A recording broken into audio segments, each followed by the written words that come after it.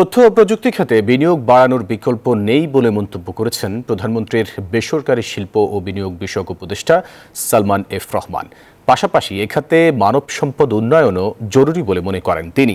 যুক্তরাষ্ট্রের তথ্য প্রযুক্তি ও সফটওয়্যার কোম্পানিগুলোর সঙ্গে বাংলাদেশের দ্বিপাক্ষিক বাণিজ্য সম্প্রসারণের লক্ষ্যে বেসিস আমেরিকা ডেস্কের উদ্বোধনকালে তিনি এসব কথা বলেন।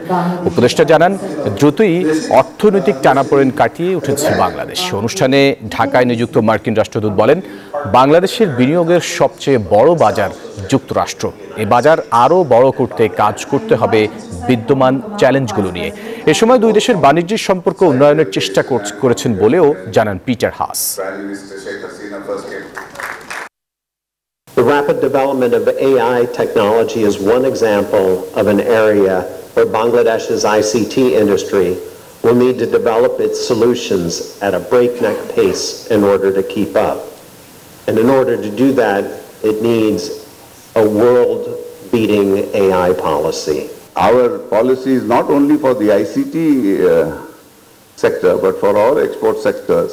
We have a a policy is very supportive and extremely open for